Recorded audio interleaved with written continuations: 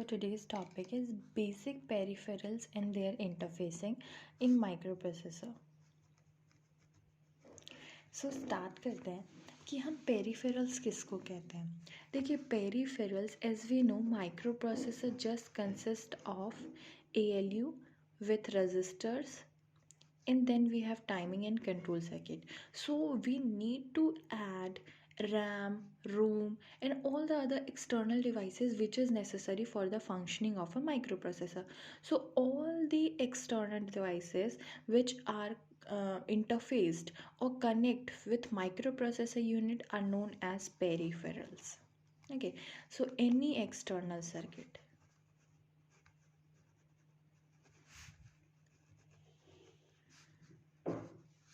which is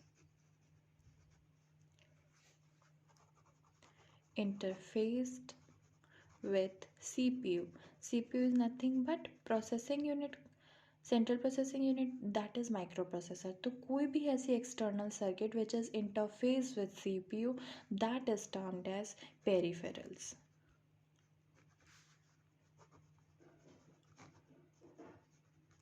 अब देखिए समझते हैं हमें पेरिफेरल्स की नीड क्या पड़ी.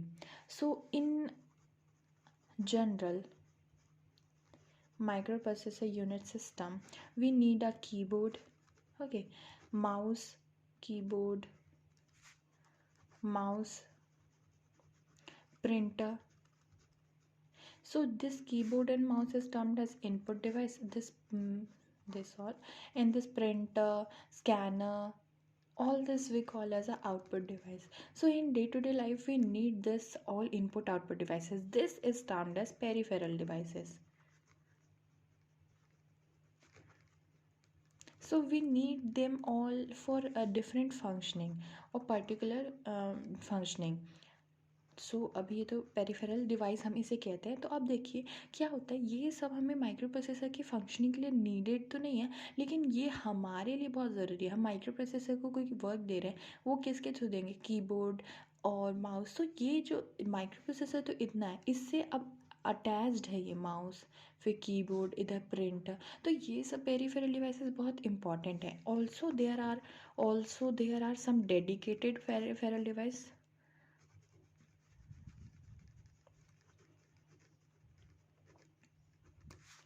पेरिफेरल डिवाइस मैं पीडी लिख रही हूँ. Some dedicated peripheral device, these are PIC and DMA, also CRT. So PIC क्या है, programmable interrupt controller, and DMA is direct memory access.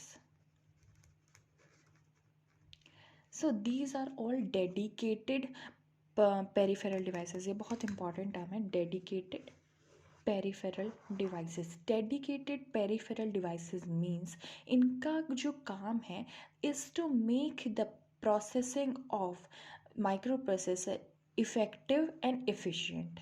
हम लोग माइक्रो प्रोसेसर को क्या चाह रहे हैं कि वो बहुत स्पीड उसकी कांस्टेंट रहे. तो अगर स्पीड अच्छी रहे, फास्ट रहे, तो उसके लिए उसके जो वर्क है उसको कांस्टेंट रखना पड़ेगा. उसको एक्सटर्नली वाले सिस्टम से वर्क नहीं करवाना होगा. वो जो उसका वर्क है वही करे.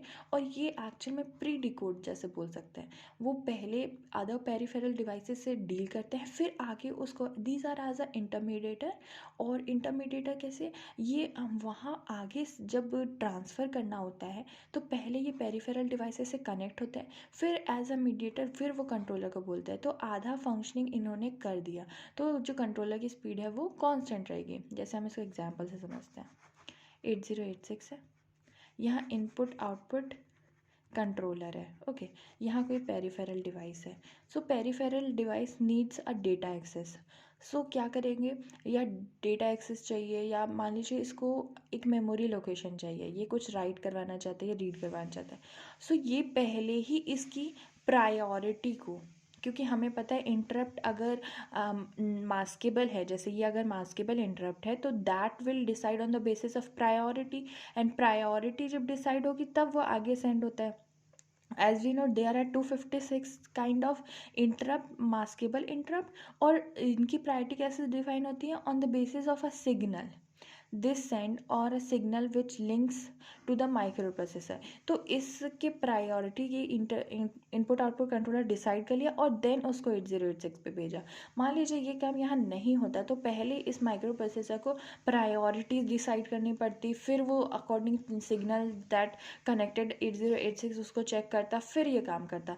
बट इसका हाफ काम इनपुट आउटपुट कंट्रोलर ने कर दिया। So that is what we call as a dedicated device. Now यहाँ पर DMA है, डायरेक्ट मेमोरी एक्सेस। ये क्या करता है, कोई भी पेरिफेरल डिवाइस है जिसको डेटा एक्सेस चाहिए, एड्रेस एक्सेस चाहिए, मेमोरी एक्सेस चाहिए, तो उसको पहले यहाँ देख लेता है कि कौन सा डेटा अवेलेबल है, ये क्या काम कर सकता है, फिर वो माइक्रो प्रोसेसर को देता है। तो उस लोकेशन पे बस माइक्रो प्रोसेसर को पुट करना होता है। So half of the function of 8086 has been done by DMI and input output controller. So actually this is the reason why they are calling it as a dedicated peripheral device, and they are used in order to ease functioning. See, these are very important: ease functioning of MPMC, so that MPU or microprocessor unit, I mean MPU microprocessor unit or microprocessor work efficiently and effectively and effectively.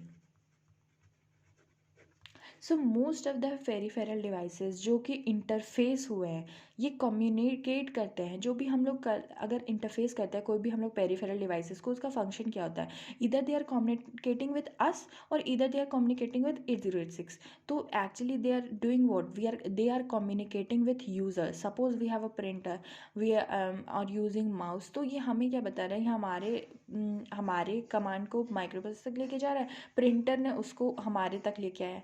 तो ये हमारे communicate कर रहा है with user से और an external process, और कोई भी एक्सटर्नल प्रोसेस भी कई बार के लिए काम करता है। सो इसका मेन लाइन होगा, most of peripheral devices are designed, एक तो किसके लिए डिज़ाइन होता है, some there we have a dedicated for ease, and ये वाला फर्स्ट है, for ease functioning of micro processor unit so that it can work efficiently and effectively, or most are designed to communicate with users like us, communicate with users,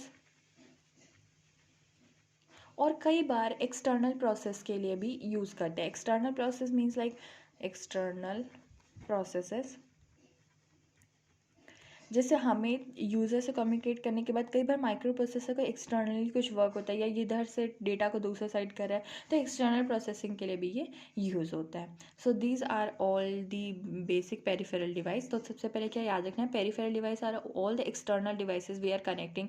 C here RAM and ROM are also termed as a peripheral devices because this micro processor doesn't have a memory location, so we have to interface memory with 8086, right? Here can be RAM, here can be ROM. Okay, so in external circuit, all the external circuit which are connected with a microprocessor unit, these are termed as a peripheral units. These are for three regions. First is effective working of a microprocessor and efficient working of microprocessor. Second one is for communicating with a user like us, and for other one is for external processing, which is also related with user or microprocessor thing. See, or dedicated peripheral devices are those peripheral devices which are acting as a mediator.